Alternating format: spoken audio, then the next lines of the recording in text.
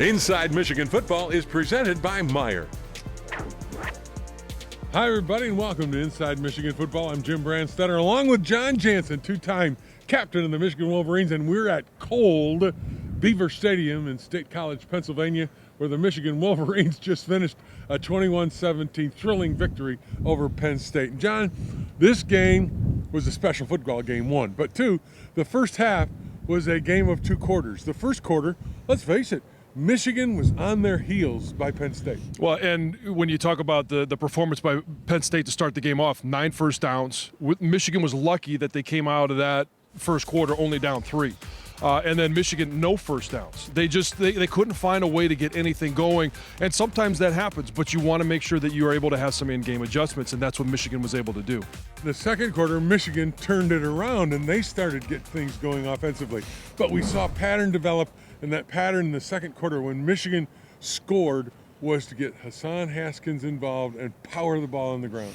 Hassan Haskins was amazing today. He really was. And this team, they hopped on his back, and he carried them because it was 31 carries in total, 156 yards. He had 5 catches for 45 yards. So if we do the math correctly, he had over 200 yards in total offense. And it wasn't just the total yards. It was the fact that when they came, it was carrying Penn State defenders. And I commented that during the game. There were times where he just left a trail of Penn State defenders, and it would take 4, 5, 6 guys to bring them down. And even when there was a big-time third down pickup or fourth down pickup, Cade McNamara snuck the ball. Who was pushing him but Hassan Haskins? It was really a great performance. Michigan goes off at halftime with a 7-6 lead in a tight football game. We knew it was going to be tight all the way. But it goes back to a lesson that Michigan learned against Michigan State. You get in the red zone, and you've got to score touchdowns. Penn State got in the red zone and had to settle for field goals. And ultimately, at the end of the day, that cost them. And that's a credit to the Michigan defense in many ways. Well, and early on, James Franklin knew that he had to get 7 points when he got in the red zone. That's why he went with a fake field goal. He knew that he couldn't settle for 3. They tried to do some razzle-dazzle. It didn't work out. Michigan was ready, to their credit. Heck, Michigan was ready for the fake punt. It was just well executed by Penn State. They were in position, just couldn't execute it. So that's the important part that I think comes out of this game. The defense held when it had to hold, and the offense got inside the red zone. And Roman Wilson, I thought he was terrific at running routes. I thought Josh Gaddis did a great job of setting some things up for Roman Wilson, whether it was a quick snap, and there was a lot of different things that they were able to do. But Roman Wilson still not completely healed from that wrist or hand injury that he's been dealing with, and was still able to come away with some big-time catches. And you mentioned Cade McNamara. This game goes down as an offensive game where everybody talks about Hassan Haskins and they talk about Roman Wilson and they talk about Eric All. But the reality of life is Cade McNamara was solid and steady and made throws when he had to. Well, he made throws when he had to, and he didn't force throws when they weren't there. There were times where we wanted him to go deep. We wanted him to extend the field. We wanted him to do something special, yet it wasn't there to be done. In Penn State, hey, they have a good defense. We talked about that coming in. This was a good defense that Michigan was going to be facing, and when you do that, sometimes, hey, receivers run first down yardage. They're covered up. You've got to make some of those checkdowns. But Cade McNamara has done a great job all year long of not trying to force something when it's not there to be had. And last thing about the first half big picture is special teams. Brad Robbins was great. Moody was great. And A.J. Henning in catching punts. This was a breezy day out here at Beaver Stadium in Penn State. And catching those punts and basically playing clean on special teams was a huge I thought, benefit to Michigan and Penn State for that matter. The special teams, I think, kind of came out as a wash. Well, I think Michigan special teams, when you talk about Brad Robbins, the ability to flip the field, the advantage that you have, and some of it is the long-distance punts that he has. Some of it is being able to put hang time on it. Jahan Dotson he's a threat not only to catch the ball on offense, but as a punt returner. And there was at no point today where, whether it was kicking to the sideline, it was putting some extra air under the ball, Brad Robbins was able to do that. And let's not forget the replay that Jim Harbaugh demanded down on the 2-yard line when I think it was a Cade Colasar, that one, who just, carried the ball into the end zone. It was, tried to make a good play. And the awareness of the coaching staff to say, hey, wait a second, we need to review that play. It saved them 18 yards. 7-6 the score at halftime. When we come back, we'll talk about the second half. Big picture when Michigan won the game. But right now, let's go to the locker room, a very happy locker room with Ed Kengerski. Great complimentary football. We fought the adversity. We came through in the end. That's all that matters. We just kept fighting. And we do these type drills all the time, like at practice, and that's just what we do. We're just going to keep fighting till there's no time left on the clock. We knew it was going to be a gritty game for sure. You know, it's never easy coming into this house and playing a game, let alone coming out with a win. We battled adversity. We were resilient, and there was never a thought in our head that we were going to lose a game. And we just all 11 men, offense, defense. We came together, we stuck it out, and we won. This win for the Wolverines, a big one. Their first in Happy Valley since 2015. And make sure you stick around because Jim and John will be back to break down the second half of the game. We'll hear from head coach Jim Harbaugh, and I'll have our Elro Steel Man of the Week. We're back after a short break. Inside Michigan Football is brought to you in part by Meijer, official sponsor of Michigan Athletics and proud sponsors of local sports teams across the Midwest. And by Gardner White, Detroit's #1 furniture and mattress store. Back to throw, McNamara, pressure coming, got to throw. Throws, he got all! Crossing route, he's at the 40. He's heading down the sideline, the 20. He cuts at the 5. Did he get in the end zone? Yes, touchdown, Michigan! Eric Hall on a crossing route, and the Wolverines retake the lead. When I rounded the corner, I tweaked my ankle a little bit, and I was like, oh, snaps. Because I knew it was going to be a big play. I knew I had to get up on my high horse, so it was a great play call. I'm just blessed that coach called it. Welcome back to Inside Michigan Football. Michigan defeating Penn State 21-17. We talked about the first half. The second half, Michigan comes out, gets the ball. They have a 7-6 lead. We both talked on the radio about this was a critical possession. And Michigan opening the second half goes the distance, goes 75 yards and scores a touchdown. McNamara to Wilson. And I thought, again, that drive kind of regained momentum back for Michigan. Well, going into halftime, they gave up that field goal with about 30 seconds left. They lost a little of that momentum, probably a little bit of confidence, but we've seen time and time again, whether it was in Madison where Graham Mertz was able to construct a drive to go down and score. Michigan came back out and responded offensively and defensively. In Lincoln, they had trailed for the first time in the second half. Michigan responded. We've seen them respond every time, but for you and I and Michigan fans, it's been a while since we've seen them respond in this stadium, and that is part of growing as a team, growing as a program, and when you've got 3 games left, this being the first of those 3, you have all of your goals ahead of you. It's so important that you take moments like that and you put together a drive, you respond, you set the tone for the second half. And let's talk about players who made a difference. And Cade McNamara and I think Eric All, there's a pass right before they scored to Roman Wilson where you called it. It was a play that was set up as All goes in motion. Looks like he's going to block, but then he slips out, and McNamara had to feather a pass over the top, down inside to the 2-yard line, and then they immediately go to the ball, and you think Haskins going to get it and pound it in, and they throw to Wilson. That sequence at the scoring point for Michigan to take that forward, that's a great, I think, job offensively in scheme. Well, I've been waiting for Josh Geddes. We've seen it at times to have a rhythm to his plays, to have a reason why he's running plays. And we finally saw it today because we've talked all season long about Eric All coming across the formation and trapping time and time again. And that's why Michigan has been very successful at gaining yardage on the ground. Now, all of a sudden, at a key moment in the game, in the red zone, they have that same motion, that same personnel group. They set it up, and Eric All just slips by him. Penn State's defense thinks they got a big victory. They're going to get after the quarterback, yet Cade McNamara puts great touch on that ball. It's not an easy throw to make. There's a lot of things that went well in that, and then to have the awareness. Cade McNamara, this is why you like having a veteran quarterback.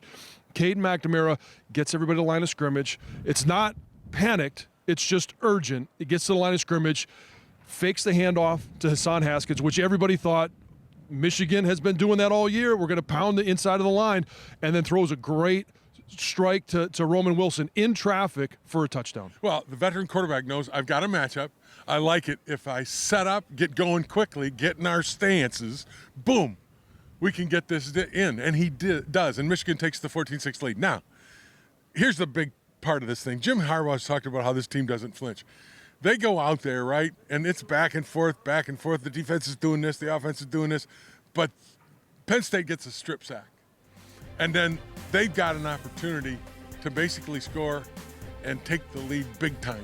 And the Michigan defense stands up. To me, stopping that after the strip sack was a key point in the game. And it went from 14 to 14 to 17 to 14, not 21-14.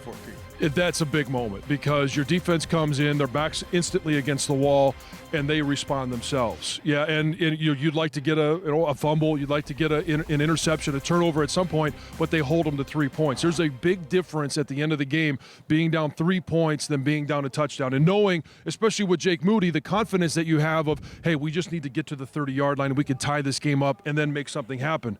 Other big picture thing, go back to the defense. Pressure is so huge. And they pressured Clifford big time against, and that was the key to the game defensively. And that's what forced them to go for the field goal because they lined up at one point with 11 guys on the line of scrimmage, and Clifford couldn't throw the ball to anybody because he had to throw it away. Well, and, I talked during the broadcast about phantom pressure. When you have 7 sacks and you have 12 hits on a quarterback, he's going to get happy feet. His eyes aren't going to be downfield all the time. He's going to be concerned about it. So whether or not you actually get a hit on the quarterback, it may not matter at that time because he was so anxious to get the ball out of his hands, his receivers weren't even ready to receive it yet. Talk about scheme. The touchdown to all for the win. Everybody goes left, all drags across going right, and there's nobody there. Cade hits him perfectly, and he goes 47 for a score. And so many times against Nebraska, we saw Nebraska do that. We've seen other teams do that against Michigan where you're wondering how somebody gets so wide open. Michigan finally was able to execute a play where they did get a receiver, and that was Eric All this time, wide open. In a position where, and the ball was delivered in stride. That's the other thing is that he didn't have to, if he has to slow down at all, at some point Eric All gets caught. He's able to catch it and run for a touchdown. It was a great moment. Great moment indeed. Michigan comes up with a win. The recipe was Eric All, Hassan Haskins, and pressure by the defense. Coming up next, Jim Harbaugh in the victorious locker room. Today's conversation with Jim Harbaugh is brought to you by Meijer, official sponsor of Michigan Athletics and proud sponsors of local sports teams across the Midwest. Coach, congratulations. What was the feeling like in the locker room? Happy, very happy. It's gonna be. It was a happy locker room. It's gonna be a happy flight, and they got a ton to be happy about. At the end of the game there, 6 minutes left, your team is trailing. What was the feeling? What was the message to your team on the sidelines when you were down 17-14? Well, the one I just went to Cade and told him, Cade, you're born for this. I just know that. And the rest of the guys were locked in. You knew Hassan was, and good big play by Eric All, who coming off a high ankle sprain, and we finally got that play called and perfect situation. Just really happy for everybody. You talk about that drive. It started with a great run by Hassan Haskins, which set the tone for that drive. But all day long, Hassan Haskins set the tone. Over 200 yards of total offense, 156 on the ground, 31 carries. Just let us know what you thought of his performance. I thought it was great again. You know what I think of Hassan? Another 100 yards. He had 100 yards in the second half, and I thought he's got this thing where he'll take the team on his back. He'll will it and go do it. So some great checkdowns, catching the ball out of the backfield as well, and then you got to talk about the 12 pressures and the 6 or 7 sacks. The havoc plays by our defense, were incredible. I think Aiden had 3 sacks. I'll let you know. Aiden Hutchinson had 3 sacks. Junior Colson had a half. Shared it with Julius Welshkoff. Mike Barrick had 1, and David Ojabo 2. David 2. Those kind of havoc plays in a game are huge. So it was great. And just Eric All, that last catch, 47 yards. When he catches it and you see all that green grass, you catch yourself running downfield a little bit? That's my guy from Happy Valley, Eric All. That was great to see. Great crossing route. I think they even had 2 guys that ran into each other, and then leverage was pretty bad and pretty good for us. And Eric took it down the sideline and scored the ball. Cade McNamara, you mentioned in that last drive he was born for this. This game, He came up with some big passes, 2 of them to Roman Wilson for touchdowns. Just what did you think about his performance today? Well, you got to think it was really good. I mean, I think anybody would. I think he was like 19 for 27, over 200, 220, 30 and some change, something like that. He's just, he was good. He was cold-blooded in the pocket. But it's a tough-minded team. I mean, if that wasn't grit, I don't know what is. So, yeah, really proud of him, happy. It was reported on the field that there was a run-in with the heater before the game. Did you get close to losing your pants? Yeah, those pants are kind of messed up. Yeah, I was talking to Hassan or Roman Wilson, and next thing I know, Dalen Baldwin said, "Hey man, your leg's on fire." But yeah, good thing I got a high pain threshold. There you go. Set the example. Thanks, Coach. Congratulations. This is a huge win for us, and we fought, you know what I'm saying, and we played ball, and we played complementary ball. We helped out the offense when we needed to, as far as the defensive side. The offensive side helped out us as well in situations we needed help. So I love the way this team plays. I love this team, and I'm looking to keep pushing forward for the rest of the season. Time now for our Al Rose Steel Man of the Week. One running back, Clifford back to throw. Pressure coming, and Clifford gets sack time. It's Hutchinson again. The defensive line led the charge for a defensive unit that registered 7 sacks and 12 tackles for loss. David Ajabo and Aiden Hutchinson combined for 5 sacks, tying the school record of 20 by a defensive duo. We're really hitting our stride in the season. A lot of guys are just really playing good football, and I'm just so proud of these guys and so proud of what we did today. Relying on each other, just knowing like, man, if I don't get it, someone else is gonna get it. And, you know, that we really rely on each other, do our jobs, and we just go out there and execute, and it's going good. The football team wasn't the only Michigan program with a joyous visit to Happy Valley this weekend. The hockey team had a Thursday-Friday series against the Nittany Lions and likewise went home feeling accomplished. In the opener, Matty Beniers had his 3rd consecutive 2-goal game as the Wolverines rolled by a score of 5-2. The sophomore's been on some kind of hot streak. Friday, it was more of the same. This time, it was freshman Luke Hughes with a pair of lamplighters. Michigan blasted the Nittany Lions 6-2 to sweep the weekend series, an impressive road performance against the 19th-ranked team in the country. And check this out. Head coach Mel Pearson drove to State College so he could stick around for the football game. He was loving being on the sideline and supporting the Maize and Blue. I've worked in Michigan 28 years, never had the experience to be or the opportunity to be on the road, so playing here is a natural that I wanted to stay and come support the football team and see what it's all about. And they've got a great team, and so I'm just thrilled and excited to have the opportunity to be here. A fun experience for Coach Pearson and his team having a lot of fun with the way they've been playing. They're home this weekend to take on Notre Dame. For Inside Michigan Football, I'm Ed Kingerski. Inside Michigan Football is brought to you in part by Meijer, official sponsor of Michigan Athletics and proud sponsors of local sports teams across the Midwest. And by Gardner White, Detroit's #1 furniture and mattress store. Well, the victory over Penn State is one of those things you can enjoy for 24 hours. After that, you got to put it away and move forward. Michigan's dreams are still alive, but those dreams don't happen unless you go forward and beat Maryland on the road next week. 3 games left, this being the first of 3. You knew it was a big moment for this team. They've come here, they've come up short a number of times. To be able to leave with the victory, the way that they got it, it builds confidence. Now they've got to take care of business in Maryland, setting up the great matchup that I think is going to happen in Ann Arbor Saturday after Thanksgiving against those Buckeyes. The one thing that everybody asks me is, what do you like about your last year? One of the things I like is coming to Penn State. And I can remember in this stadium some of the great moments. And, John, it was your team, 97, when you really made a statement against a team that was rated higher than you, and you blew them out of their own stadium. Dadrian Taylor's hit. Tom Brady later threw a touchdown pass to Marcus Knight to win late. Those are the things I remember about Penn State. And, folks, I will remember this one, the fact that Michigan down 17-14 was able to come back in a hostile stadium with Caden McNamara to Eric All and win this football game. John, that's one of those that I'll remember as I head out the door. Well, I mentioned that early on in the broadcast is the moments, the legacies. I mentioned Glenn Steele, and you nailed exactly the play that remembered. Charles Woodson, Brian Greasy. Now you can add Eric All to that list. You can add Aiden Hutchinson to that list, David Ajabo. There's a number of guys that when you say their name, you're going to think about today. Like the movie, It's a Wonderful Life. Hey, everybody, join us next week. We'll have all the action from Michigan, Maryland, right here on Inside Michigan Football.